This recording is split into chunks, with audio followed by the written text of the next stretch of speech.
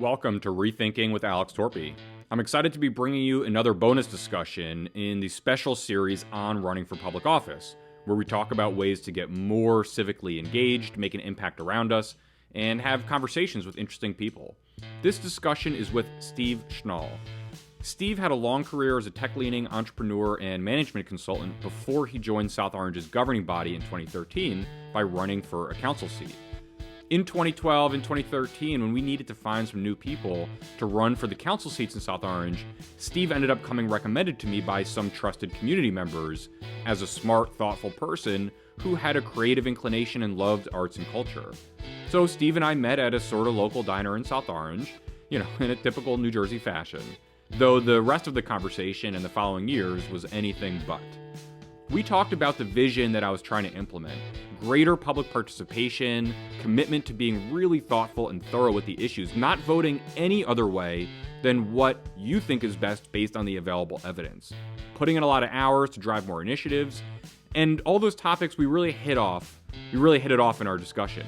Steve ended up running and did so alongside Walter Clark and Sheena Collum, who followed me as mayor in South Orange.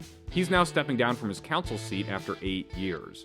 Steve and I reflect on some stories and experiences from South Orange and talk about things such as the nonpartisan nature of government in South Orange, building trust in the community, running for office for the first time, more authentically engaging volunteers, the role that journalism and media plays in government, local power dynamics, and a whole lot more.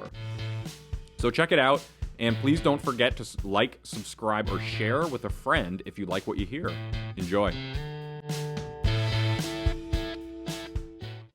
Welcome, everybody, to another episode of Rethinking with Alex Torpy. Really excited to be having this conversation today with Steve Schnall, who I served with on the governing body in South Orange. And for old time's sake, Steve, I got the gavel here from the Board of Trustees meeting. So I want to officially call this discussion and interview to order. I'm in favor. Excellent. Thanks for putting up with that corny joke as we get started here. So Steve, as I mentioned in the introduction, you were on the governing body in South Orange. The title in South Orange, of course, is trustee and village president instead of council and mayor. You've been a trustee for 8 years now, and wanted to start with, we're going to cover some really interesting topics today. Wanted to start a little bit about kind of your story here of how you got plugged into this process. And I know we each have sort of a part in that story, but I'll give you the chance to just sort of let us know a little bit about who you are and how you got plugged in South Orange. Great. Well, thanks. First of all, thanks for having me, Alex. I appreciate it. And I always enjoy our conversation. So this one just is going to be recorded, which makes me a little nervous, but yes. But glad that we're doing this. So Me too. Yeah, my story is kind of a fun one. I was very fortunate to have had a 30-year or so successful professional business career, having worked both for myself as well as other companies, both small startups and large institutions. So I was very fortunate when I turned 50. I had a plan actually when I was 30 to retire by 50, and I was able to hit that goal. So that was sort of the first part of my life. And the interesting thing is, when I retired, I didn't know what I was going to do next. I didn't have a set plan. I just knew I wanted two things. One was to I hit a goal. And two, it was good to get off of that. Quite frankly, it's hard work in the corporate world, constantly having to succeed in any number of metrics. So I was glad to at least take a breather. I didn't know what was next, and I took about 9 months or so after that to kind of just get my footing. I had a family and I was doing stuff, but. Now, can I jump in? Was there Sure, anything please. that you did in that time period that helped you sort of reflect on what you wanted to do next? Part of it was taking it easy and relaxing. So one of the things I will share with you was, during business, I was very focused in my thinking, and I was always thinking about, and that was almost, I have to say, 24/7 thinking about my clients. So I was always on the service side. I was a consultant in almost all the components of my business experience, was providing consulting services, primarily around technology or management consulting.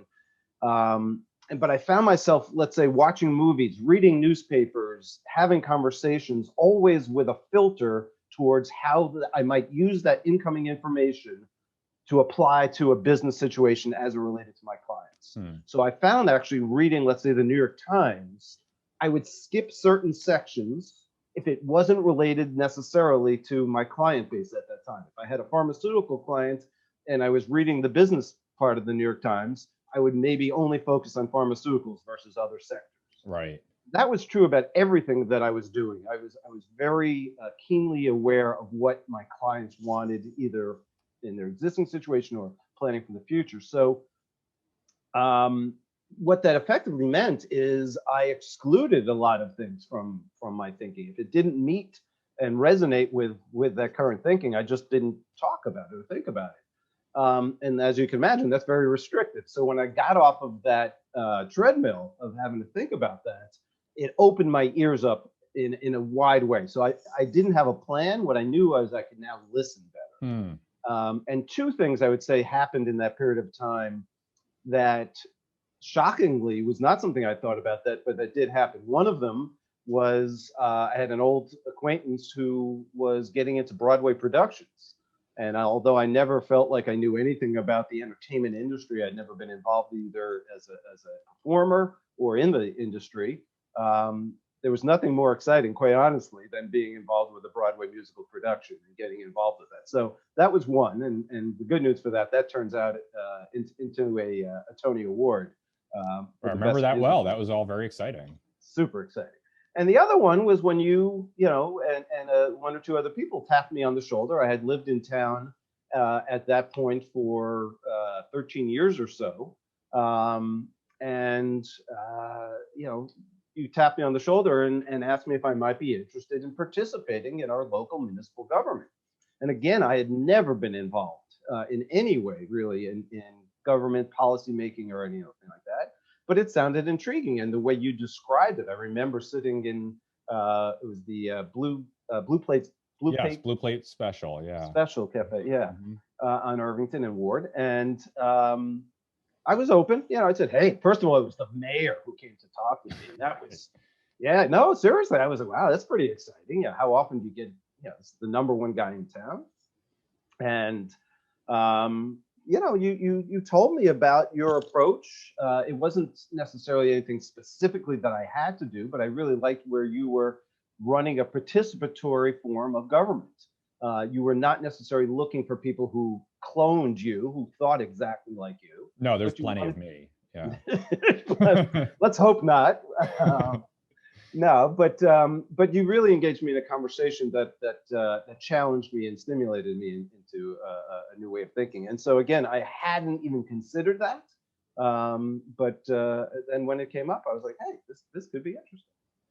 Yeah, so that's interesting, and so let me share a little bit from my side of that too. Why, you know, Steve, why I approached you and why you know, that was the sort of consensus among some myself and some of the other colleagues on the governing body that we wanted to we had identified you to sort of, you know, solicit or recruit or something for this process. Is, you know, there had been some pretty negative dynamics on the governing body previously that you know, distracted our focus away from kind of working on some of the big picture issues and onto sort of like things between individuals or things that had maybe different motives than just trying to figure out what the best solutions were for the community. And we were struggling with that. And what we wanted to do, and certainly what I was interested in, was an environment that would bring people from different backgrounds and different perspectives, different experiences, and kind of put all that in like a blender, which sometimes those board of trustee meetings can sort of feel like, and come out of that with good policies and good ideas. And that, you know, something that you know, that I wasn't interested in, I don't think any of the other governing body members were interested in was finding somebody who was going to be on our side, quote unquote, right? We didn't want someone who was, we didn't want to try and find people who were going to do what we wanted them to do. We wanted to find people who had interesting life experiences, who seemed committed to some of the values that were important to us in the community, and were going to be really active and enthusiastic participants in the process, which, as I think you certainly know now, and maybe not totally at this point when we're having the conversation of Blue Plate Special, how much work really goes into doing this, and that it really, but it's sort of a make your own. You can kind of call it in, phone it in if you want, and a lot of people in a lot of towns do that. But there's also a lot of people, I mean, they really spend some time, and it's sort of an open book where if you want to, the more time you want to spend, the more things you can get done. And the more committees you can meet with, the more issues you can research, whatever. And we want the people who are just going to like throw themselves into this process and participate. And so you were one of the people that we had looked at, Walter Clark being one of the other individuals who had been involved for a really long time in a lot of environmental issues in South Orange. And Sheena Collum was the other person who now is the mayor, is the village president. And for many years, since she was a student at Seton Hall, I mean, she had been extremely involved in South Orange, especially on public safety issues, and especially on university and village issues. And so, it was kind of an exciting slate of people potentially, because it was like all of these people are they're going to bring a lot to the table. They're going to bring a lot of hours to the table and a lot of experience. And whether they're not people who have necessarily political histories, that didn't factor in. And for people that aren't familiar with South Orange, it's a nonpartisan form of government. And the elections are in May, and they're nonpartisan elections. And each slate running, right, you have to sort of establish your own party each time there's an election. And you can't reference Democratic or Republican Party. And so there had always been different slates over time. I think the one that you ran on was a new one, I'm pretty sure. And it wasn't on my slate. It wasn't on the slate of the prior governing body members. And so unlike a lot of cities, especially, but towns, where the recruitment and identification of potential members is highly driven by partisan incentives, building up power structures in the community, getting yes votes on the council for particular projects. That wasn't really part of the process from our standpoint. And so I guess I'd be curious, like when we were having those conversations early on, and it became very clear to me once we met and were talking that you were indeed, and I honestly, I don't remember why your name was on the top of the list, like where that came from exactly. But once we started speaking, it became very clear that you were very thoughtful. And that was like the quality, at least my own personal bias, is the most important for elected officials, is someone who is willing to look at information, willing to hear everybody out. You're going to take all that in and you're going to make your own decision. Yeah, so I think, first of all, I will say, in order to do that, it requires a great deal of trust. So very often, and if I think about on the negative side, what comes to my mind is the good old boy network, right? Right. People tend to pick people who are just like themselves, and they don't want a challenge. They really want it to be status quo. They have their buddies. The buddies support them no matter what. And that's sort of the opposite of what I think your thinking was back then, and it has been really come to, thankfully, over the last few years, in particular even the last year, is an emphasis on DEI, diversity, equity, and inclusion, which is kind of the opposite of that. Diversity is not just so you can have representation. It's not just so you need one of this or one of that. It's really you value different opinions, and that you see the opportunity to have different perspectives may inform you. And one of the things that I've enjoyed about our conversations quite frankly, you and I disagree on a lot of things. There's a difference in our age and some of our background and experience.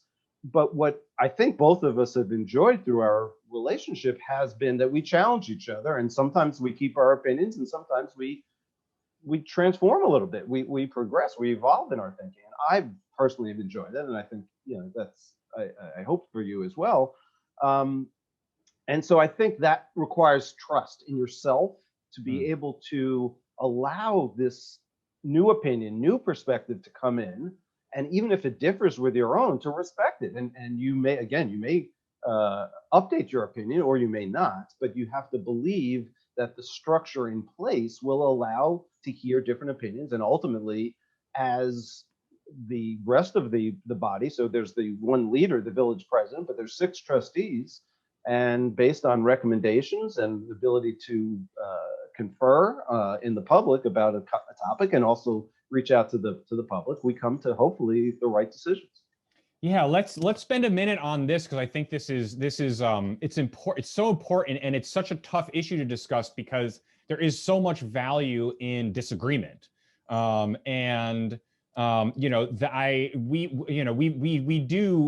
had lots of debates and conversations over time, and I think anybody who knows Sheena and I knows that that's the case too. And some of those happen in private, and some of those happen in public too, and all of that's fine. Some of that was by email, and some of that was in trustee meetings. I think that what is so different, and now myself, having worked in a handful of other towns as an administrator, participating in council meetings, or consulted with other towns, I mean, it really is, the MO of most places to try to okay, we're all on the same page. And actually, that's what I thought when I ran in South Orange the first time. I thought all 7 members were 100% on the same page about everything, because that's often what it looked like to me. Votes were unanimous, and there wasn't a lot of disagreement publicly. And what I've learned since then is that in a lot of places there is disagreement, but it's sorted out behind the scenes. And honestly, I don't know why we should be ashamed of disagreement. Disagreement and vetting out those ideas, that's something that I feel like the public legally, technically has a right to see in New Jersey and probably many states, but also from a sort of strategic and ethical perspective, isn't it good if you're not thinking about political incentives, right? Who's winning on what issue and what party's being elevated, which seems to be maybe one of the main reasons why those debates don't happen in public. But if that's not a consideration, which we didn't really have in South Orange at all, almost, it seems like there's tremendous value in letting the public engage with you as you actually engage with each other authentically instead of performatively. Yeah, absolutely. I think you talk about, I will tell you the one reason that we've talked about that when it sometimes does happen behind the scenes, and we do have conversations, thoughtful conversations, debates, and we have different perspectives, and sometimes we do come out with unanimous, not always, but I think some of that is also leading with confidence. So one of the things that I think some of what we try to do is appearance-based, whether that's right or wrong, but it is to show that there's a unified, strong support for a policy that we put in place. Mm-hmm. When you're a leader, you want to provide that confidence to your whoever your constituency is, and in our case, our residents. So I think even if we disagreed, there were times we would get behind. Obviously, if we were completely against something, we would say so, and may try to flip, in public, try to flip the opinion of the others. But sometimes we also would just say, yeah, you know what, it may not be my first choice, but it's right. A second choice. And I want to at least get behind my colleagues to show my support, that I won't prevent it. So one of the things that you talked about was there was a dynamic prior to me coming on board where things weren't happening in such a smooth fashion. And it prevented moving forward at times. Mm-hmm. So when you come to conclusions, there's 2 ways. If you're on the winning side, well, you can celebrate and be happy. If you're on the losing side, you can either do one of two things. You can either get on board and say, all right, well, they didn't go my direction, but again, I don't think this is heinous. I don't think it's horrible. It's not my first choice. So I'll get behind it. And even though it wasn't my first choice, I will support this and I'll help carry it out. I think that's typically what we've tried to do is again, be supportive in that way. Being obstructionist can cause other problems, right? And then you build sides, then you build oppositions, right, and then you might have someone I'll get back at you. You didn't do this for me. Right. That can be an impediment to progress. So yeah, I think we chose to avoid that. I think it's about culture. You and I have talked about that. My big word coming out of private enterprise and then coming into the public world, to me, it's all about culture. Yeah, that's interesting. So an example from before you were on the governing body that just reminded me of was we had two promotions that we were planning on doing at our police department years ago, and not only were they two officers who really had exemplary marks, and we were very confident in moving one up to sergeant and one from sergeant to lieutenant. They were both people of color in a department that we were, continuing to try to make, not just have, we have, I think it was 57 or 59 officers at the time, and we want X% to be, we want people in leadership positions, in the department. And it was something that we were all pretty excited about. And we had everything listed, the resolution listed for a trustee meeting. And we had polled all the governing body members about their attendance. And, when we're doing promotions for anything like that, fire department, police department, anything, the families come out, they reserve a restaurant afterwards to go celebrate. It's a really important milestone for them. And for a department that, we wanted to support the kind of work they were doing, which was a lot of work with neighborhood watch and association groups and a lot of community engagement work. And that we felt was, some of that was a good model. We really wanted to encourage all of that, make sure there were people in positions of leadership that represented how diverse our community is. And we get to the meeting and there were not enough governing body members for a quorum. And in South Orange, you have this kind of weird rule. I think I'm remembering this correctly. So we've got 7 members on the governing body. And even though the village president can be a 4th vote on an ordinance or break a tie on a resolution, or the other way around, basically could break a tie, they did not count for quorum. So you had to have 4 trustees, not 3 trustees and a village president, even though 3 trustees and a village president, at a certain point, we interpreted as being an OTMA violation because it was an effective majority, which is how the state statute is written, that it's not a quorum, but an effective majority. Man, these details, so long since I've thought about some of these. But so we didn't have a quorum, and they were there, their families were there, and there was no opposition. It's not like we discussed this and people were prepared to vote against it. There was a few people who just, their way of engaging in this issue was to just not show up and not answer the phone or email when we tried to reach them. Hey, we've got a meeting happening that you RSVP'd for. Where are you? And it was like a really, I remember that night. It was like, look at what we look like from the public perspective here. This is just like so terrible. We ended up finding one governing body member who called in, met the, allowed us to meet our quorum. We held the meeting and did those promotions. But like, that was such an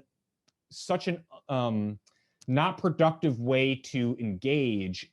And I would like, but like that, whatever the debate was, I don't know what the concern, maybe concern that, it was going to allow us to hire more people into the department and they wanted to keep the numbers lower. I can't imagine that there was a disagreement with promoting, officers from underrepresented communities of color to leadership positions, but maybe, I don't know. But like, we didn't have the chance to have that debate in public like that, and to see people vote yes and to see people vote no.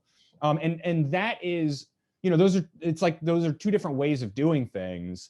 And I think what's so cool about what we did for the next couple of years, and to some degree, I think what I've seen, not having paid as much attention to every governing body member meeting in South Orange since then, is that that's a culture that has carried on, that things can be discussed publicly and it's okay to disagree. And that if, Sheena, who's someone that you're close with, also, if she brings up something and you don't agree with it, you talk about it. And if you ultimately don't agree, you're not going to get punished for it. You're not going to get your committees removed from you. You're not going to be put in the doghouse for having an opinion different than somebody else. And I don't know, let's talk a little more about that. Just seems like that's such a rare environment, especially in government. Yeah. So again, I think that comes down to culture. We don't have that sort of punitive type of thing, that punishment for if you didn't agree with me, I'll get back at you. We just haven't had that culture. And I do believe that, in some ways that's, it's not me alone by any means, but I feel like that's one of the values that I brought, in my participation is focusing on culture, on engagement, on support. It sounds small, but as you're saying, it's obviously it's a hugely significant thing, and ultimately we represent our residents, and that's why I was talking about where there's an allowance for building confidence. You as a leader, as a representative for our almost 17,000 residents, it's important how we conduct ourselves. It's not only what we do, but it's how we do it. The how part is actually really important, and I try to think about that when I conduct business. Is not only what I'm doing, but how I'm doing. I mean, I remember one of the first trustee meetings. I have this image of you and Walter there, and I don't remember what the issue was, but each of you had a notebook and you were taking notes. And I was like, this is actually kind of amazing, because what it means is you're taking in information that you didn't necessarily know. You're jotting it down so that likely you can come back to it, reference it, and think about it. And you're making your decision about how you're going to vote on a legislative body based on weighing the evidence. What a revolutionary concept. It sounds romantic, and I too. I appreciate that. I like that, and I did try to do that. I will tell you that it didn't happen very frequently, but one thing is very clear in my mind, in an instance where I actually, in a meeting, switched the way I was going. So often, as of course, as you well know, we get information packets with our agendas, and there's all the background on any of our ordinances or resolutions, any information, the supporting documentation. And so we all read it before we go into the meeting. So we're well informed and we're thoughtful. And oftentimes we come to those meetings, if it is something of debate, I come prepared to show my opinion, why I'm presenting a certain direction. If it wasn't done out of committee, often most of our work comes out of committees. That's another thing we can talk about, which I think is a very powerful structure. Yes. But there are sometimes it doesn't happen, where we actually are voting on something or addressing something live, where there isn't as much time to become prepared, or new evidence, to use your word, comes up. And the example of that I feel really good about, because it also not only gets into the logic and the thoughtfulness. So my background is very, left brain, very analytical, I was a math major, computer science minor. So most of my background was very analytical, linear thinking. But where I've tried to progress in my last bunch of years is the opposite side, the more emotional, intuitive thought, thinking in an emotional way. And I think there's a lot of value there. I think that combination is the most effective. Mm-hmm. But the case where we were being considered sanctuary city, and this goes back a couple of years ago, and Maplewood, our sister town, had gone in a certain direction, and they chose not to, at their prior meeting that had just occurred a few days earlier, not to use the term sanctuary city, but welcoming town, or something of that veil, which essentially said the same thing. It was not a change in direction of how they had run themselves as a culture, but because of the political risk of the current president and his government of penalizing people who would be sanctuary cities, they decided not to go down that path. And I was figuring, well, that's a good compromise. we can effectively do that and be welcoming, but not have to call ourselves, label ourselves something that would put us at risk. And so that was going into the meeting what I was going to do. And then we had almost a full house in SOPAC. It was one of the largest attended, if not the most largest attending meetings that I recall in my 8 years, where we had residents who came in, obviously very impassioned, many with signage, and they came up to the public comments to our microphone where they each got to talk. And it was so compelling. And even though it had a risk, a definite risk, if we went by the name, which we ultimately did, and I felt like it was really important to use the words sanctuary city. And I changed my opinion right there. And I remember speaking out on behalf of it. And I like to believe that that was one of the key pivots that the rest of the board went in that direction as well. So I think going into that, we were not going to. And then I felt compelled and shared my emotional, my thinking and emotion. And we ultimately voted to become a sanctuary city, which to me was, it was one of the most fulfilling and rewarding moments in my time. Interesting. Yeah, that is definitely, I can't imagine, the difficulty in that. And I don't know if South Orange ever, were there any consequences of the federal aid or anything like that? I'm guessing not. There could have been. There might have been. It didn't end up going that way. Right, but right. Very really could have been. Right, we might have been seriously, as you know, our budgets are very tight, and taking a hit with not getting economic support would have really hurt us. Now, and was that discussed with the community when they came out? It was basically saying, we're hearing what you're saying here.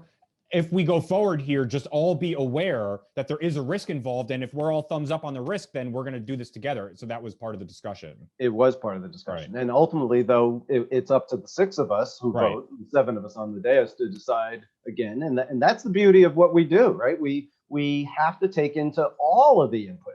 There are repercussions from the direction we vote. And that's where I felt really good about, a participatory government that are elected to represent the community and are coming in with, again, there's sometimes we don't, right? So as you well know, there are times when our citizens don't have access to certain information. When we go into contracts, whether it's personnel based or development projects, where actually we have to be very careful because of the contracts, that our residents don't have the same information we have. And so it may appear to them that we may be making wrong decisions, but in some situations, we actually have access to information they don't.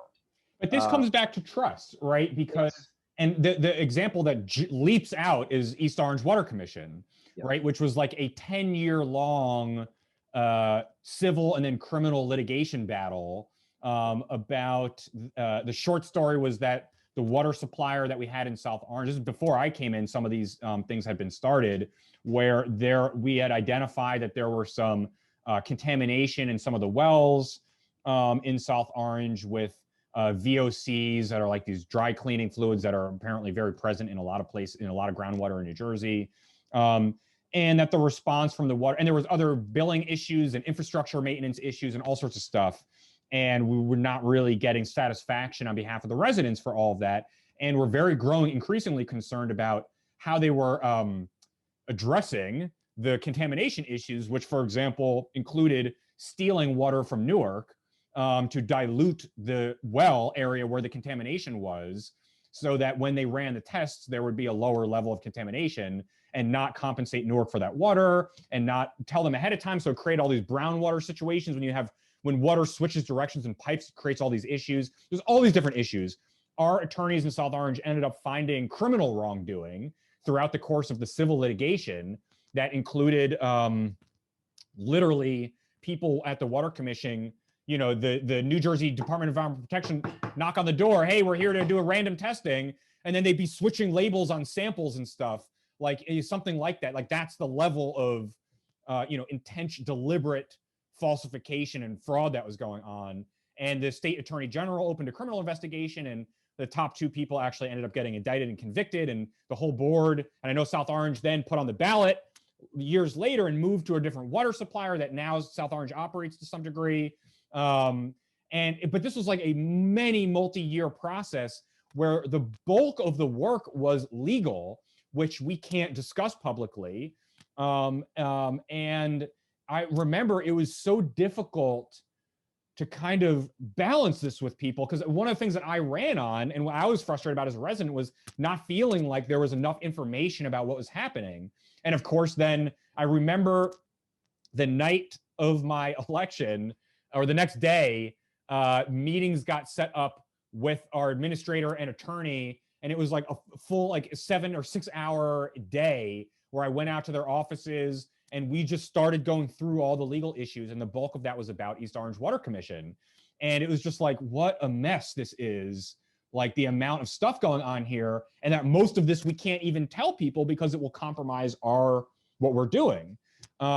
Including that we were taking samples of the water, that we had a private company taking samples on a schedule that we kept secret from everybody because we couldn't let the Water Commission find out about it, because if they knew when the samples were being taken, they could, manipulate things.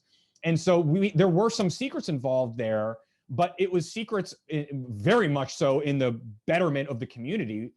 And it was a tough balance. I don't know if you remember, we had meetings where we had people from Department of Health and DEP come out, where we would just do like a till you drop, ask all your questions about the health, because there was so many rumors circulating online, and talking about, okay, well, New Jersey has a stricter, parts per billion standard in DEP than the EPA has. And even though we're above the DEP limits, we're below the EPA limits. So it's not a huge immediate emergency. You can still use the water. Like, there's so many things we had to address. And I think that we actually did a pretty good job being accessible about the things we could be accessible about, like being an open book on the health about them. I mean, we did this when we were looking at cell towers. We invited experts out and put them up on a panel and said, you got to answer every single question that people have about this. And I think that doing things like that, it certainly felt like in my conversations with community members that we sort of explained, the legal issue, like that we can't really get into those, and like, please trust us and trust us in these other areas. And I think we built a culture, not just on that issue, but on all of these issues, how we did the municipal budget and taking into account feedback from the Citizen Budget Advisory Committee, the committees, which I want to talk more about in a minute. Like, people were plugged in a lot of directions. My availability as village president, office hours every week, like social media, email, phone, like we all had so many things out there that it did feel like people were willing to give us the tiniest benefit of the doubt. And that allowed us to do a lot of really good things. Absolutely. And so it does come down to trust, but you have to earn that trust. Right. And I think we did for the most part. There are going to be some people who are just going to always be cynical and skeptical, and find opportunities, exceptions, which again, there may be things we were not allowed to disclose. And that's a hard part. It's really sad when we have, people who will come after us for whatever reasons, whether it's defensible or not. But the beauty of being a volunteer, there's very little self-interest in any of the policy setting that we do, and it's one of the reasons I've enjoyed my time. Nobody could tell me how to vote. There was no higher force, no government. No corporation or individual. No parties. Right? Yeah, it's really, if it wasn't for that independence that I felt the whole time, I'm not sure if I would have done this, or if I did, I would have been happy. Would have done a second term, right? I would not have done a second term, right? And I think as I travel around the state more, I feel like it's more and more unique. I mean, I think back to the restructuring we did at the Performing Arts Center. I mean, we had built this beautiful Performing Arts Center. It was built before I came in. Maybe it was 2007, 8, 9, somewhere in that area. I think it opened. But the building was bonds were issued for the debt, and that $13 million of debt was on the balance sheet of SOPAC. And when they would apply to grant, nobody wanted to fund debt service payments. And there were some community members, I don't even remember some of them. They were coming out saying, sell the building, close the Performing Arts Center. This isn't making money, which no performing art, Carnegie Hall doesn't know what makes money. public transit agencies, like these things don't make money. Well, some Broadway musicals might, but well, some Tony Award winning Broadway musicals might. But like, I don't know if that was an expectation that was set in the community, like, oh, this is going to pay for itself, and we did a study. We had a consulting group come out and do a report of like debatable value, but they did talk about, the amount of money that goes to the businesses in the community with the shows. But there was all these issues with the Performing Arts Center. And, we felt sort of comfortable. I mean, I remember being in the SOPAC Board of Governors meeting being like, we are behind you 100% here. Like this is an extremely important institution. Like we are going to make this happen. And we did. We took the debt off of their balance sheet, put it on the municipalities. And the next year, the grant money, the New Jersey State Council on Arts, the grant money started coming in. It was the most significant thing that happened to that organization, such in a positive way, that it really turned things to the positive. And it's had a wonderful. They're doing incredible. I mean, at least pre-COVID, I know. Well, so there again, so we could have, and there was a debate in our government amongst the 7 of us. There was a question about, hey, should we be lowering the subsidy, or I like to call it investment, to SOPAC, given that they're not providing a service, right? There's not performances.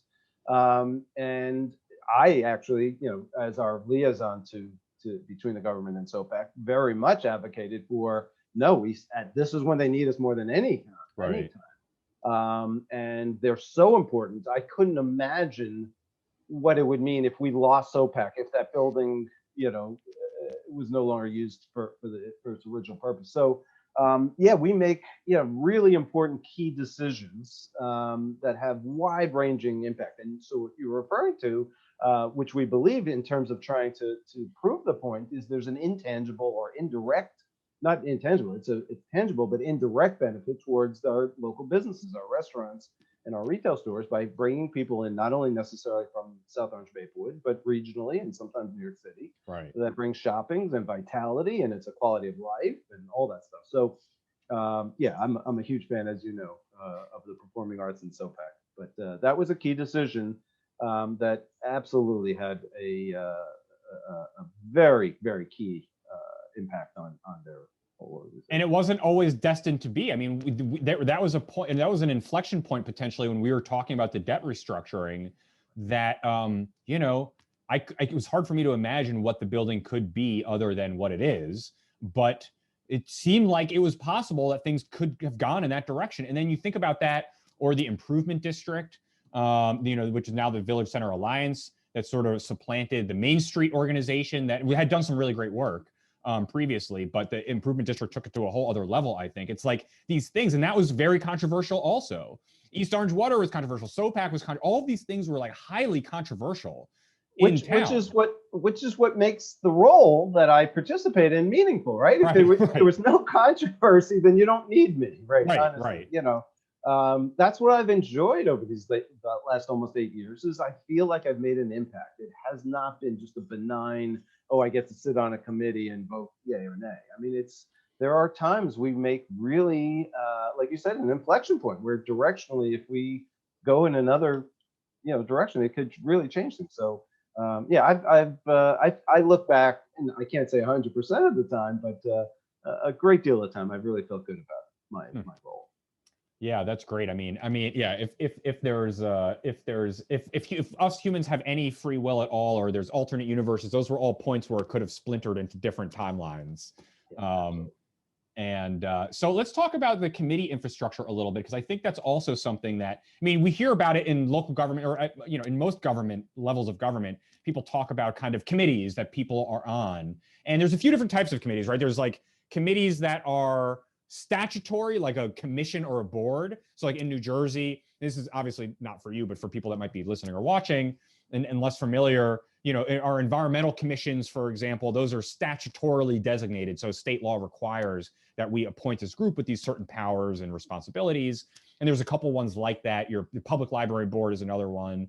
And then there might be committees of a governing body, right? Where governing bodies meet in non-majority numbers to discuss specific issues like budget or finance or technology or public safety. And then there's a lot of times there's volunteer committees, which are sort of the committees where there's more participation from the public. And something that I've noticed in a lot of communities is that a lot of the elected officials like to sort of they're very proud of their committee involvement, but I have not seen a town, Maplewood may be similar. There's a couple other towns that might be similar, but most towns do not have the number of people that are engaged, and it's a quantity and a quality in South Orange. And so maybe, I mean, you've got much more recent experience in South Orange than I do. Talk to us a little bit about like what committees are set up, what's going on, how are committees used, what's the value, what's the downside, like walk us through that a little bit. How are residents involved in the governing? Yeah, I would say that the motivation behind all of this for South Orange comes out of a scarcity of financial and people resources. At the end of the day, one of the things that makes our town relatively unique to some of the other municipalities around New Jersey and otherwhere is we don't have commercial ratables. We don't have a mall like Short Hills or downtowns that are producing incredible amounts of institutional chain stores and anchor exactly towns. Right. So in order for us to pay for government staff, we would, if we want more, we would have to increase taxes, and we already have high taxes. Again, we're not, such a large portion of the revenue that government needs to run itself comes from our individual property taxes.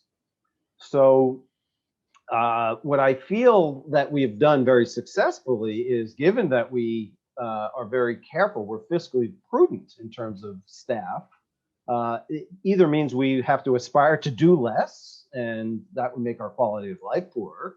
But in order to attract, our potential residents and to keep our residents happy, we don't want to reduce services. We want to increase services, and the only way to accomplish that is to supplement our existing government resources with volunteers, including ourselves, right? As you know, the 7 of us do not take any compensation whatsoever financially. I've always said I feel very fairly compensated, just not fiscally. I feel rewarded in many ways. But the committees, the engaging of our volunteers comes to some degree, out of necessity. Since we aspire to do so much, to have great services such as the Performing Arts Center, such as a great recreation program, all those things, an arts environment where we have public art and all that stuff. We have what you were referring to as advisory committees, where people come in, volunteer based perhaps on their expertise. If their professional either education or experience, let's say, is curating museums or whatever they bring, they're an architect. As you well know, that we have a development committee, which is amazing. That was very helpful. Some of the members. It's such a huge impact to, when we bring in new development projects or potential projects, to have a group of 10 folks or a couple more opine on the design, on what would work well for mobility and structure, all that stuff. So those committees become absolutely essential to supplement and sometimes even create opinions on how to proceed going forward. And the way we've structured our local government is to have liaisons. So each of the 6 of us serve on as a liaison to committees, or sometimes oversee them and chair them, but work with this expertise and a great deal of experience we have. And the other part about the committee structure is it engages our volunteers, our residents, and they feel a part of it. So that's the beauty, right? People are going to trust, coming back to that original term we were talking about, the importance of trust. If you're a part of something and you see your involvement is actually listened to, it's not that just you're attending a meeting and then get ignored, but your involvement is actually included, then it builds a whole sense of trust because you see it working. And I think that's perhaps the most successful thing we do, is we engage our constituents, our residents, to a high degree as possible, to get them involved so they can not only feel like they're participating, but they actually are. So what are some of the areas that people do participate on that you think are some of the highlights? Well, I can think of, so when I first, when we met at Blue Plate, that Irvington Avenue business corridor, mixed use corridor, was really underserved. And it didn't get a whole lot of attention, as you refer to Main Street, South Orange, and then later the Village Center Alliance. Our downtown got a more attention from a marketing perspective, from promotions, from capital investment, from cleaning, from lighting, probably even some more safety protocol in terms of addressing it from our police and fire. And we brought in residents who really wanted to see a change there. And one of the nice things we did is we took a look at our assets, and one of the greatest assets we have in our town is we have a university. We have Seton Hall, which brings another set of skills and resources, including a part of their business school, the Stillman School of Business, is they have a market research group. Right. And we put together a nice little strategic partnership, and it's great for their students and for the institution itself from a reputational standpoint. And they essentially gave us free or very, very low cost access to their market research group. And we engaged our community in terms of coming up with a set of actionable activities to improve that little business district. So within that first year, we then put budget dollars against that, a six-figure number that significantly added to the safety in terms of lighting, signage, helped the businesses. We cleaned up the parks. Started the food truck festival. And it was the origin, exactly. So we talked about promotion. How do we get people to know about it? Again, people knew about our downtown, but many people didn't even know the great businesses that were in that area. So the food truck was one way of bringing people. Everybody liked food trucks. So people, maybe for the first time, they may have been residents for 15 years and have never been to that part of town. I heard so many stories from people like that. They were like, oh yeah, I like drive around the corner all the time, but I've never stopped here. I didn't even know there were restaurants here. Exactly. So to me, that was, one of the earliest signs I saw of a committee that really provided a great deal of value for our community. And so that committee, go ahead. No. Go ahead. So I just want to just for a moment. So we had students who came out, met with residents. They solicited feedback from residents and business owners, right? I remember that they presented all the findings at a governing body meeting. And so so part of that was people in the community giving them, almost delegating to them to some degree, hey, here's what we want to do here. We want to give focus to this area. How should we do that? And let them, would you say that they sort of drove the ship a little bit, or? Well, they drove finding data. And so as any leadership organization, as I talked about earlier, there is the combination of emotional, intuitive thinking, but you really want to combine that with some good data-driven decision making, as opposed to just I think that will be. And so that market research gave us that information that was well represented. We had significant data to tell us the direction, how people would prioritize. If we always have limited resources. At the end of the day, we just don't have an infinite amount of money and resources to do. We have a scarce amount. So how we apply those resources in the best way it's the most important thing we do. So that helped give us a roadmap of activities and tasks and projects and goals to go after that we're still working on. Right. Actually, one of the things that I feel most, one of my favorite times, as you know, is I began something called South by South Orange, which was later transformed to Southnext, which came out of actually wanting to work with Seton Hall. We had a university whose primary audience was the students, right? People pay tuition. It's primarily, children, youth of 18 to. Good correction. Yeah. Good. Well, there's some pretty precocious. There might have been some. Yeah. Well, I think one of them was the village president. Yeah, exactly. But I know for myself, having been out of school for so many years, I had never gone to grad school. I really desired an opportunity to get into an academic provocative session, opportunity to be engaged in these thoughtful things. And if it wasn't going into government, how else would I find those things?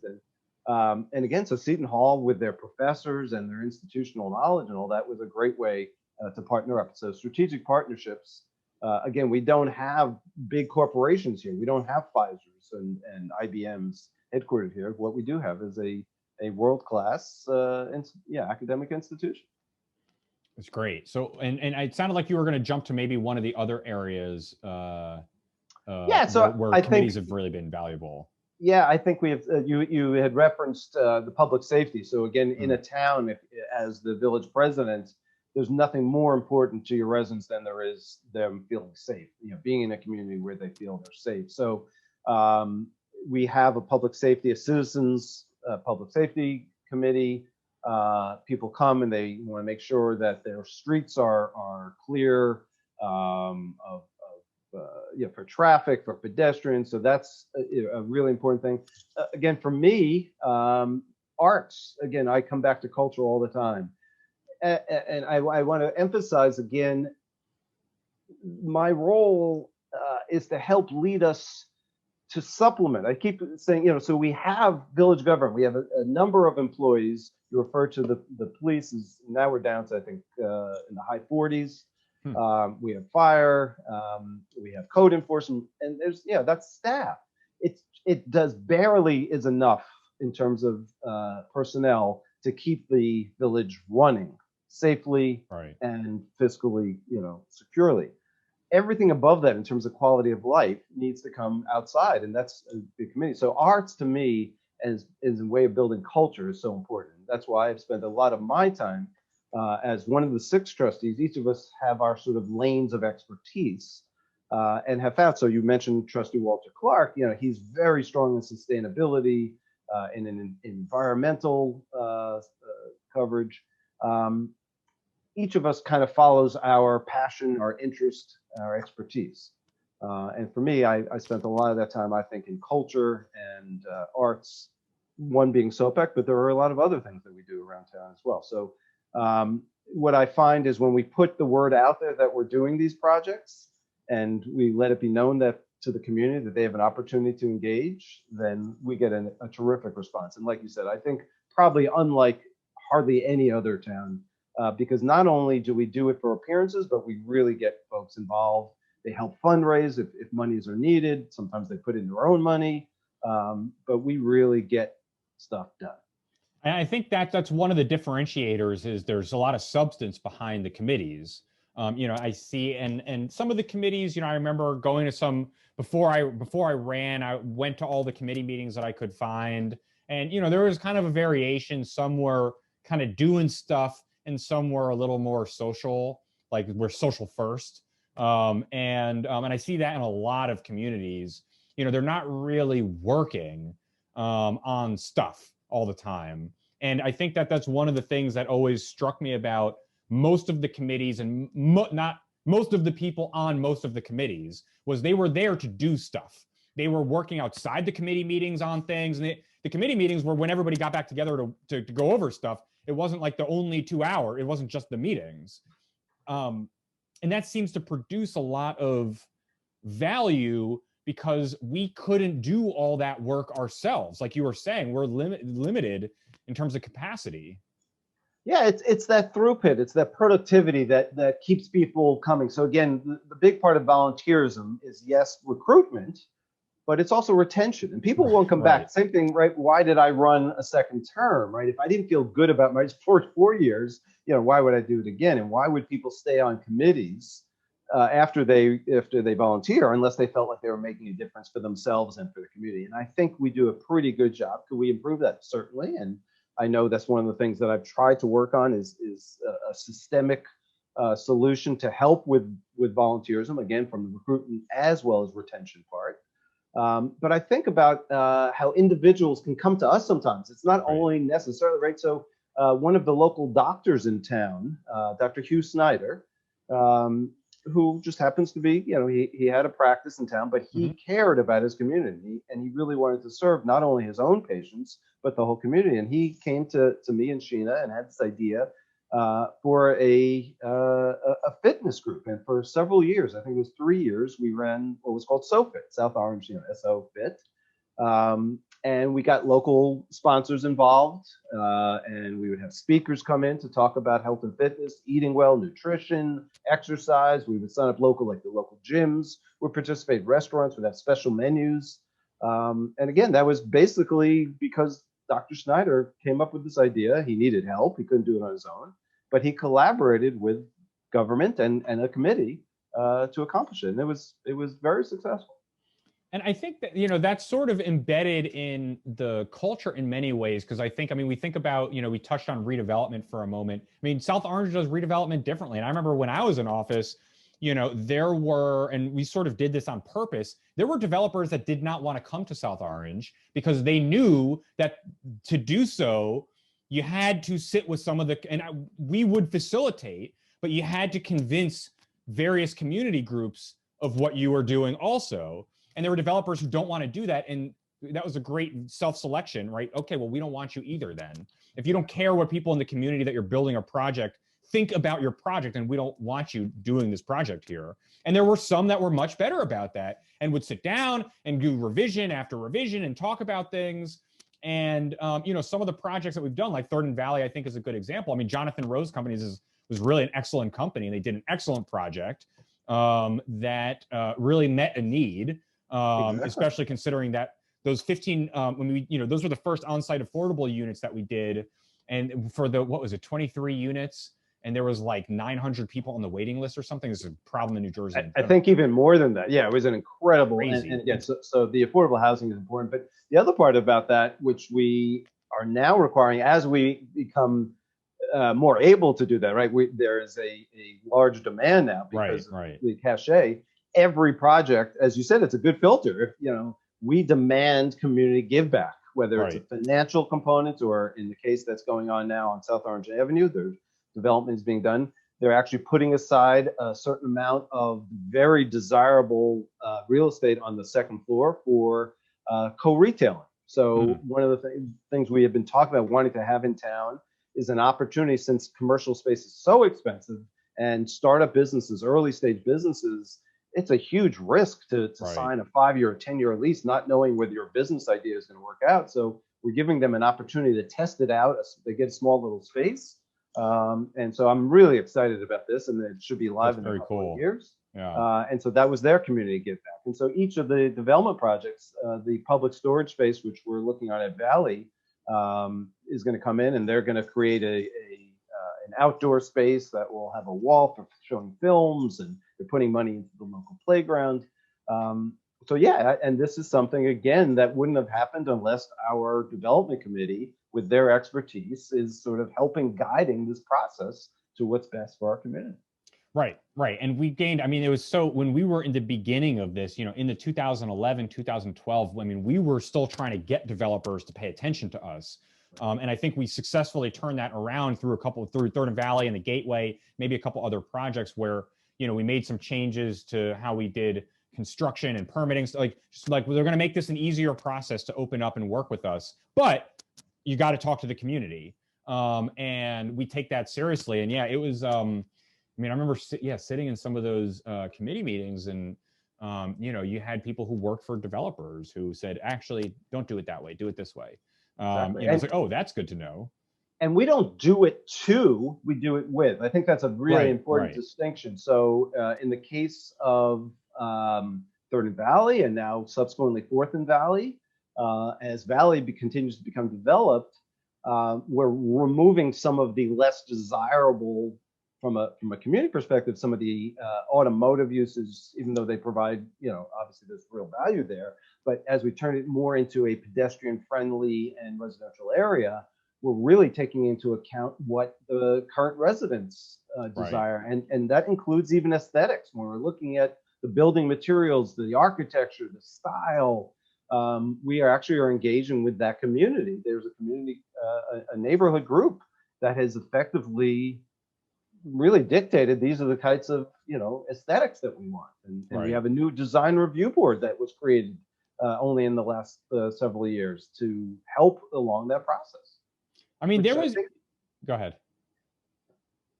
No, I was just going to say, I think it's relatively unique. I think, again, we really empower. It's not just for the purpose of making people feel good. They really, again, it comes down to we would not have had, we don't have these kinds of skills in a small department of government that we pay. We wouldn't have had these skills. So to be able to get all the expertise that a town like South Orange has. I mean, we're fortunate. One of the things, the reason why people move here is the proximity to New York City. We have a set of professional skills of people who get paid, but the fact that even though after commuting, after putting in a long day, they're still willing to engage and provide voluntarily their expertise for our collective benefit, I think is remarkable. And it's also why the So Fit group was really important, because if it's all work and no play, we want to make sure people are healthy. So that combination of work,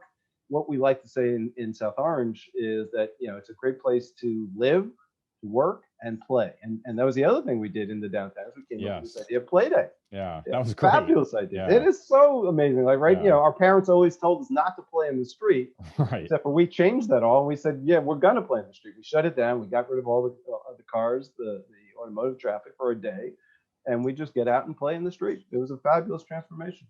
So yeah, so many good events like that in the downtown, or the concerts at Flood's Hill, or the concerts in the downtown. And I think that, like, there's just all of these places where there's a connection points, and whether you're going to a concert or you're involved in organizing the concerts, like, you can, as a resident, you can do whichever.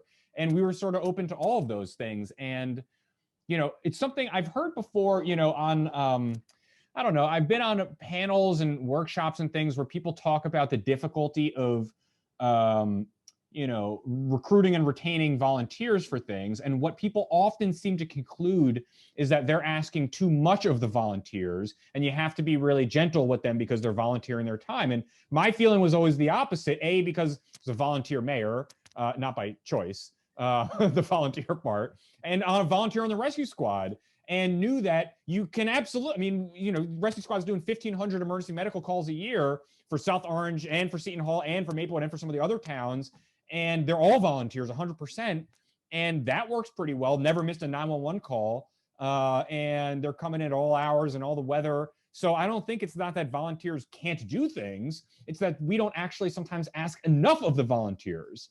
And that if you want people to be involved in distributing the press releases that you wrote about a policy that they weren't involved in creating, of course you're going to have trouble retaining them. But if you get people involved to help design the policies, like, there's smart people in every community in New Jersey. There's smart people who are interested in participating everywhere. It's just figuring out how to get them interested in plugging in so they feel like they're actually contributing, which I think we did in all these different areas. Yeah, I think they have something to show for it. Again, no one wants to volunteer and feel like their effort was done without any value being derived. And I think, again, maybe it comes out of a scarcity mentality that we wouldn't have had it without them. But regardless, they're making a big impact, and we celebrate it. I think that's the other part, is that's part of the recognition that's essential. It's not mandatory, but I think we do celebrate each other. We get behind those. We talked about that a little earlier. When people accomplish things, we're not afraid to salute them, to celebrate them. I think that's a big part of it. We feel good about it, including the staff, which I think over the last since my time and now, I know all that's tried to do a better job in recognizing the hard work of the staff there, giving them taking people mini golfing and over to the pool, and recognizing people in governing body meetings. And there's just so much good work, and people don't realize how hard some of those jobs are. Exactly. And I think, again, that will keep them working even harder, right? If you know you're being recognized, now it's whether you're getting paid or not. There's things that motivate people. And I believe, compensation is obviously for volunteers, it's got zero impact, but even for workers, I think it's a small part. I think Daniel Pink talks about, the three elements that are really important to people's jobs is a sense of autonomy, a sense of mastery, or an ability to try to master something, and then purpose. And I think that's a big part in volunteerism, is feeling of purpose, and whether it's to help our school system, whether it's to help local arts, recreation, all those things. We give people lots of opportunities to sign up and to engage. And again, to me, that may have been my absolute most favorite thing, is seeing people feel good about their community and getting further engaged. Interesting. And so, all right. So we've talked about a few things that have been sort of rewarding aspects of the experience for you. What's been some of the challenges, either in running for office the first time, having not done that before, in being in office early on? Like, what were some of the things that were difficult, and is there anything that comes to mind, and how did you kind of, meet that and overcome it? Well, I think psychology for me, and probably for many people, is things that are hard. Those are things you forget. They say that women Right. forget childbirth until it's time to do it again. So I don't remember that many things, honestly, Alex, that were challenging. I do know it was a part of it for me was very much just jumping off a cliff because I had no background. To run that first time, I was probably I was the least qualified person, in terms of. I think that's what it said on your campaign flyer. It did. That was my campaign promises. I know nothing. But I was able to take, some transferable skills, right? And so I think you recognize that, and that was one of the reasons, you did tap me, and others were interested, is that I had other experience that was relevant, that I could bring forward from the private enterprise into the public. So that was a challenge, but it was an exciting challenge. Like I like challenge because it's a part of the motivation is, can I do something I've never done before? So I was excited for that. Mm-hmm. And I also didn't have to do it alone. I mean, and that's really important. I don't know if in fact, I know I wouldn't have tried to do it alone. We did run, and I had two fabulous, colleagues, Walter Clark and Sheena Collins, to run with. Sheena had a lot of experience actually being behind the scenes. She was the campaign manager for a couple of other folks before her. Mm-hmm. So even though she was the youngest by far, she had the most, experience in that regard. So it was a challenge, but I was also probably very naive. I probably didn't even know what would have scared me. I didn't even know enough to be afraid of all the things going into it. So, I honestly can't remember that many things. Yeah, there are some times where there isn't trust. And that may have been the most painful thing, Alex, is I rely on that, is hopefully I believe I do things for the right reason. How I either voted or conducted myself was, I didn't have any self-interest involved in terms of the way I acted. So if there were cases, and I can't think of any specifics, thankfully, as I said, maybe I purposely put them out of my mind, but there were probably times where, a resident or a group had some objection to something maybe I was doing. We talked about there may have been good reason if it had to do with information, as you referred to in the water instance, that we couldn't disclose why we're acting a certain way. But it happens. You can't please everybody. There are going to be some times when you have to choose what you think is the right direction. And perhaps there were people who disagreed or voiced their displeasure, and that doesn't feel good, right? No, and it sounds like you don't remember, or maybe you didn't really look at it at the time. I don't remember about Maplewood Online, and all the, I know that was a challenge for me early on, was dealing with this sort of like anonymous echo chamber of what I think was a very small number of people participating, although a very large number of people watching.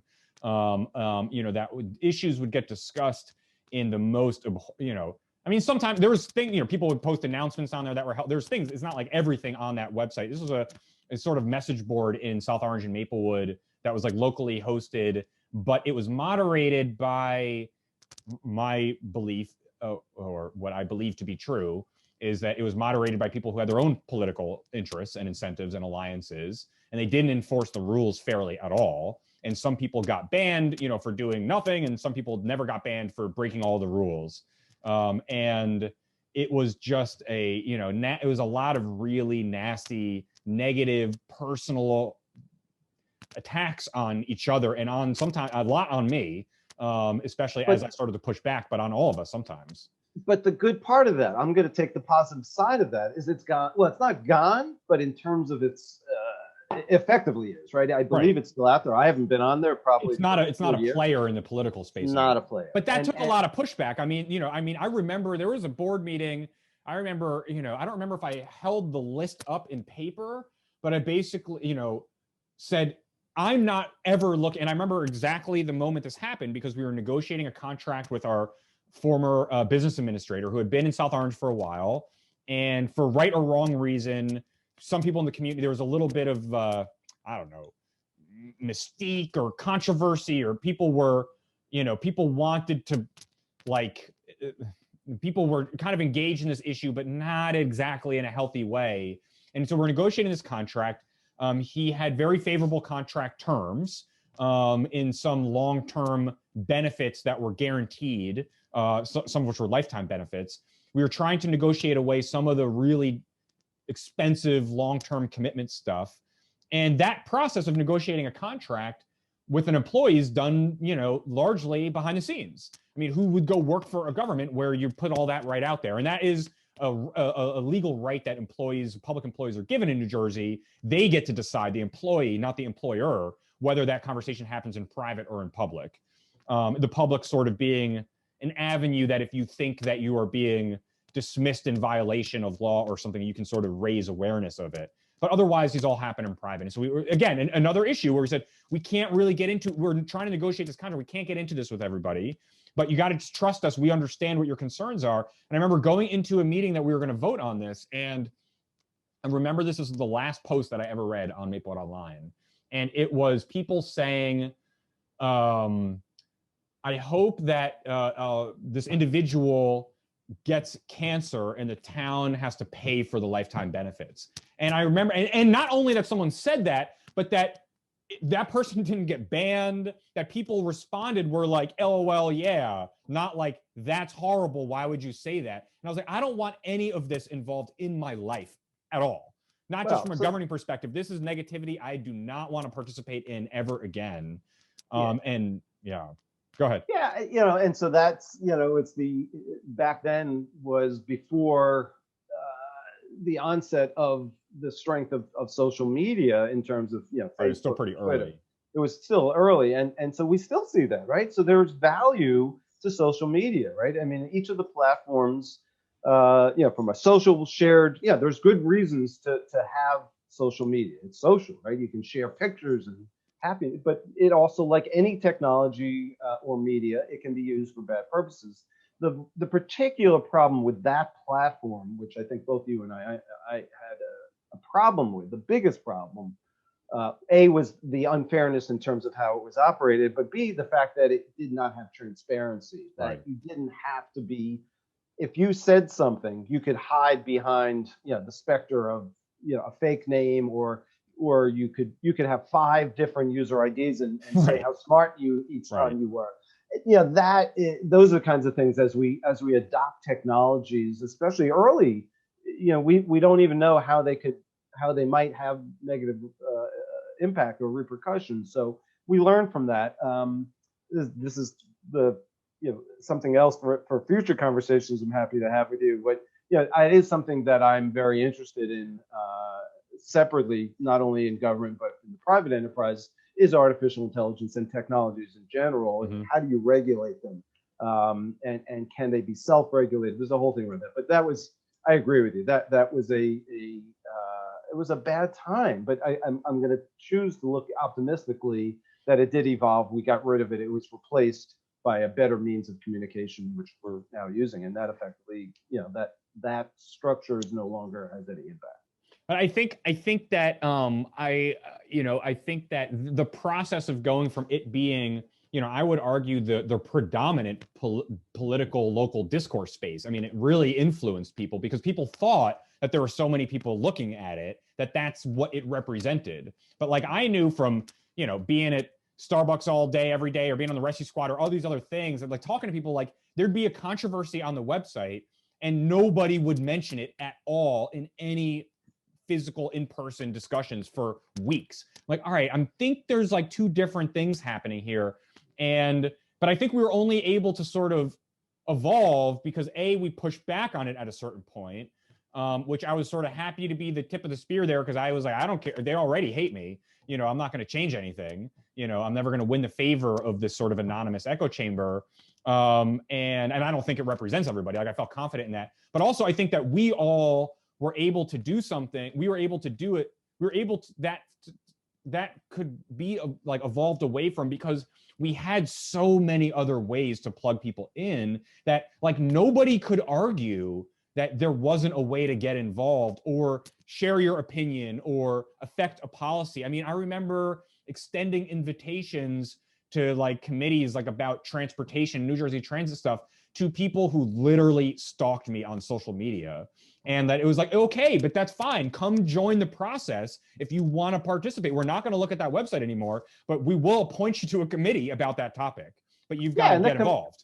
And I think that comes back to something you said in the onset, is being willing to open yourself to different perspectives. I think that, if we had to summarize this conversation, which I've enjoyed, but that is the power. That's the strength of good government, of any good organization, is being open to hearing and inviting. Just to your point, even if they disagreed with you, you still invited them to participate, as long as they were civil, right? And that's what that environment, that platform allowed non-civil behavior, and that was the problem. But again, as I said, I think, yeah, you were part of the spirit that allowed us to move away from it, to demonstrate why it was invalid or non-productive, and move it to a better place. And how do we conduct business in a productive way? Happy to hear different opinions. Maybe you'll change my mind or evolve my thinking.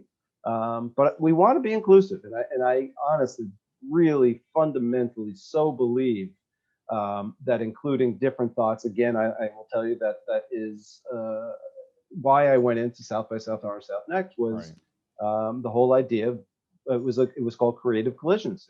It was seeing a collision, which I defined as a different perspective, and it doesn't have to be destructive. It could be productive and constructive. Yeah, I think that's. Before we move to wrapping up here, because I know, we could probably talk about all this stuff for hours. There is another aspect to some of what we're talking about that I do just want to spend a minute on, which is that the government in South Orange is really accountable, I would argue. And part of that has to do with community members who are very savvy about things like the Open Public Records Act and things like that, but also because we actually have a lot of local media in South Orange and Maplewood, more than I've seen in any other towns that are similarly sized. Like, we have the media environment of, of a Patterson level, of an 80,000 or 100,000 person town and a 20,000 person town. We had the News Record, a print once a week. We had the Village Green. They had the Alternative Press. And there has been, on a few occasions, one or two other local media outlets as well that have operated. Patch, that's right. Patch operated for a while pretty actively. And there might have even been one or two other ones that I'm forgetting the name of now but there was a lot of that. And a lot of them watched every single governing body meeting and reported on every meeting. And that's just something that I've noticed more and more is absent from so many medium and smaller towns. I just wonder if you have any thoughts on the role that having an active local media environment plays in all of these different dynamics that we're discussing. Yeah, and actually, there's more in that our schools. That's Columbia High School. They try to encourage journalism. Right. There's a strong, and as well as the Seton Hall University. That's right. That's right. So what I think it does is it shines a light. It comes back to the trust and transparency aspect of having media. People really care. This is a community that people want to know. We're sort of the opposite in a good way of what is oftentimes called the a bedroom community. Right.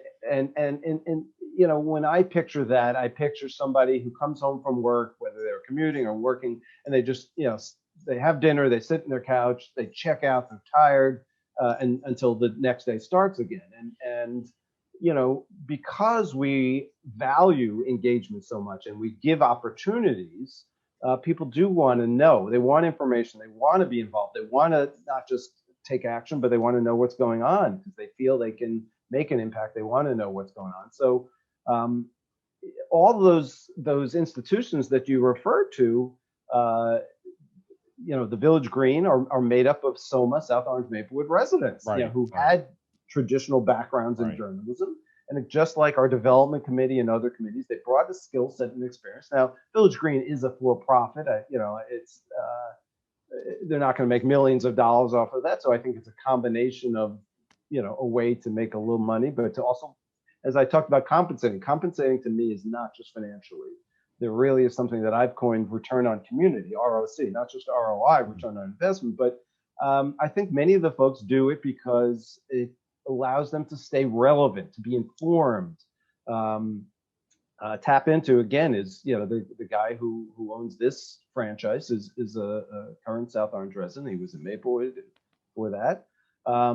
And I think it benefits our community because, again, it keeps us, quote, honest and involved and engaged by shining a light.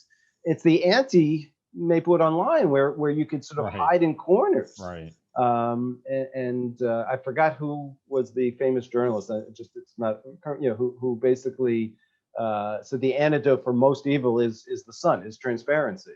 And I think having a real participatory set of media journalists who keep us informed, engaged, involved. And it's not just a one-way communication. This is the beauty of the internet. It's as opposed to a print newspaper, which you only thing you can do is read. The beauty of the online versions is it is interactive. It's engaging. There are forums. And they are all engaged in that. Exactly. Right. Yeah.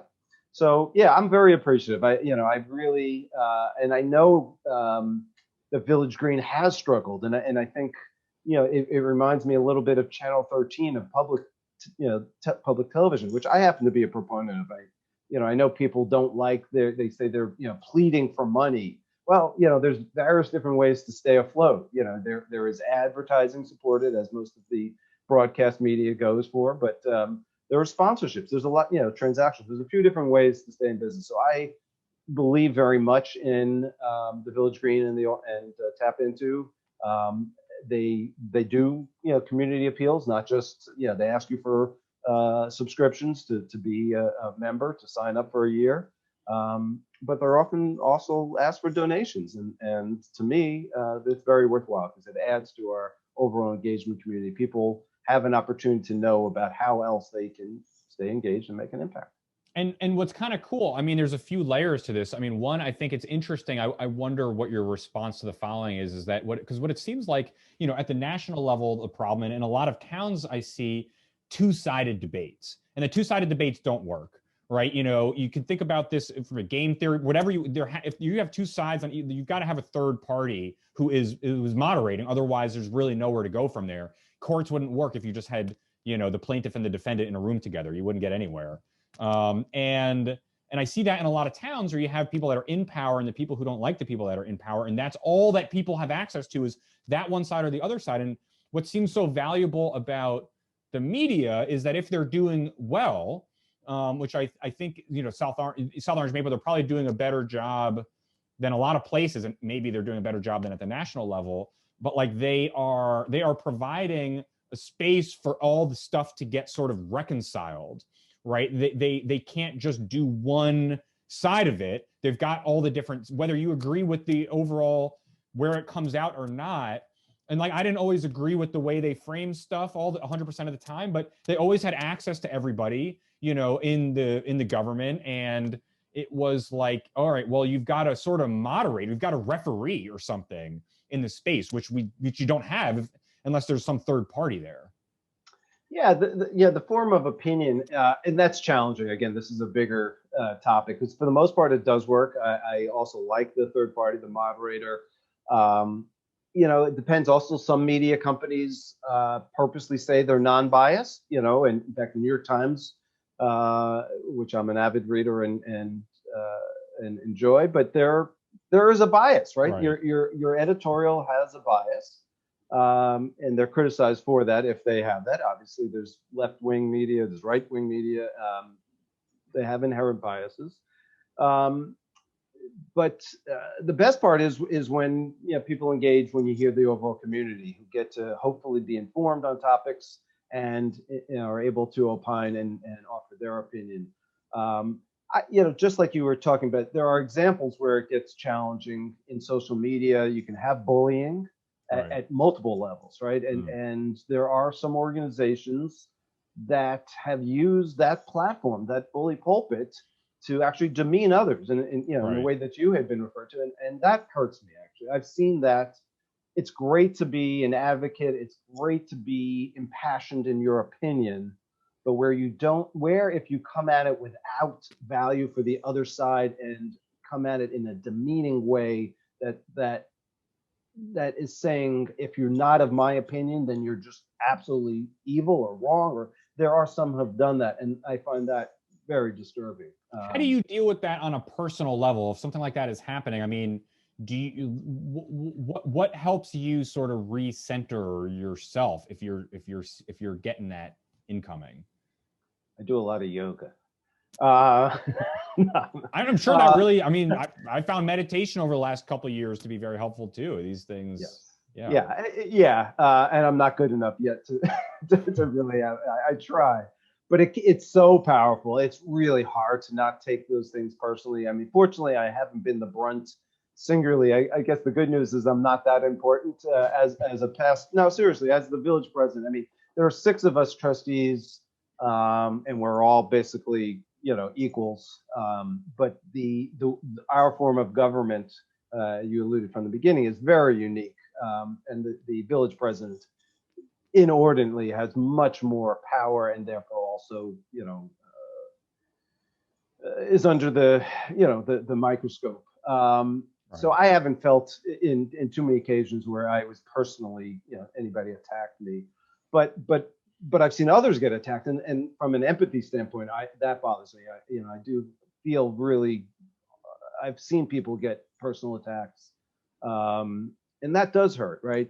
Because if it's done not in a way that is objective, but actually, subjectively trying, it's a bullying tactic. It's a belief that you are using your stance, your perspective, or a volume to invalidate somebody else's opinion. So how do I deal with it? I try to do it through productive ways. Again, I'm going to come back to what my mission, one of the things that I was able to do was create this thing called Southnext, which was to put on a bunch of programs which encouraged as much interactive conversations, panels, presentations, different media, films, music, all these things. The arts, I love for the fact that it can be stimulating, that it's provocative to point out there is validly different ways of looking at it. You don't necessarily have to change your opinion, but at least respect it. So I guess that's been my tactic, is to try to find ways, productive ways for myself, and to try to offer others a way to think about it, a culture of more of acceptance. Right. Okay, cool. Well, I think we're getting ready to wrap up here. Although we should probably spend several hours debating decentralized finance and cryptocurrencies, which is our last. That's part 2. Yeah. But I guess, is there anything? So, Steve, knowing that some of the people that might be watching or listening to this are people who are thinking about running for office, thinking about getting involved in government, maybe haven't done so before, especially anybody younger that doesn't have the experience, but they've got big picture ideas they want to work on. Are there any sort of final thoughts reflecting on your time, that you would give to someone? I mean, I think we've covered a lot of really, really helpful reflections, and it sounds like there's a lot that you felt like you've gotten to directly be involved in. That's been very rewarding. Move the ball forward in different areas in collaboration with people in different communities. Lots of good stuff there. But anything we didn't cover that you wanted to touch on, or that you'd like to leave off with people? I don't think there's anything net new. I guess I would just emphasize the opportunity to make a difference, to make an impact. And that includes bringing your background, your experience, but also hopefully your objectivity, your thoughtfulness. It's an opportunity to really get good at listening, and that would be from your colleagues, whether that be fellow elected officials or government or whoever. We often do get to, you talked about a third party. We are sometimes become the arbitrator. We listen to two sides. Mm-hmm. Maybe it's a downtown business that Right. is, isn't happy with whatever situation. So I find it's been a fabulous exercise for me in terms of my own personal development. I believe I've grown from it. Hopefully I've been able to give back. I believe I have, and make a difference. I think making a difference. I think making an impact. That's always been my motivator, both in the professional arena as well as now in the public one, is being able to make a positive change. So I would say, as you mentioned, for young people, it's a great opportunity to get engaged, to see things that you might not have seen before. Government is really, it's fundamental. I mean, our Constitution allows for representative government that is supposedly here for our collective benefit. And I think in many cases, if done well, and that's the key. So as a participant, people can come in whether they have the time to run for office and make it a big part of their lives, or just volunteer to be on a committee. I would just say, when in doubt, do something. Go forward, be a part of the potential solution. I like the when in doubt, do something. I will. I did that. Get that on some T-shirts or something. They already are, so I can't take credit for it. But I will tell you, it comes from Harry Chapin. So okay, it gives you. I'm dating myself a little bit, but one of my profound influences. I met him a few times, but not any great deal. But that was Harry Chapin's tagline: "When in doubt." Okay, I like that. Yeah, well, that's great. Well, Steve, thanks for participating in the conversation. And I mean, you already know that I feel this way in general, but I appreciate everything, getting to work with you for a while on the governing body, for a couple of years there at least. And I've just been so happy, from afar, seeing the kind of productive nature of conversations and all the cool things that South Orange and Maplewood, but especially South Orange, are doing. And, especially everything in the downtown and everything with the Performing Arts Center, like all of these things that were not destined to be successful, but were only successful because people put in the work to make them that way. And I think that your way of approaching those things and being open to new ideas and being thoughtful about that, like this is the model. This is what we should be talking about as far as what government can be. And it's not even about what the policy is. I think you said this earlier. It's about how you go about it, the process of figuring out what to do. And that what we're talking about is not saying you have to have 20 years experience in redevelopment and blah, blah, blah. It just means if you want to work on redevelopment, figure out a way to do it that isn't this backroom door deal making thing, and figure out a way to engage people and be open to ideas. And that can go very far just itself. So I appreciate you doing all of that, and spending the enormous amount of time that you have spent on all of this stuff, and for sharing some of that today. So thank you. It's been my pleasure, and I thank you for inviting me today, and again for being initiating this back 8+ years ago, for getting me involved, which, as I said, I didn't know what I was getting into, but I'm really glad I did. So I'm glad too. Hey everyone, Alex here. If you want to find show notes, sources, and more information, you can do so in the YouTube description or online on my website at rethinkingwithalextorpy.com. Please don't hesitate to reach out to me with any questions or feedback at alex@rethinkingwithalextorpy.com or on social media. And if you liked what you heard, please consider leaving a positive review, subscribing, liking, or sharing this episode with a friend. Thanks again for listening.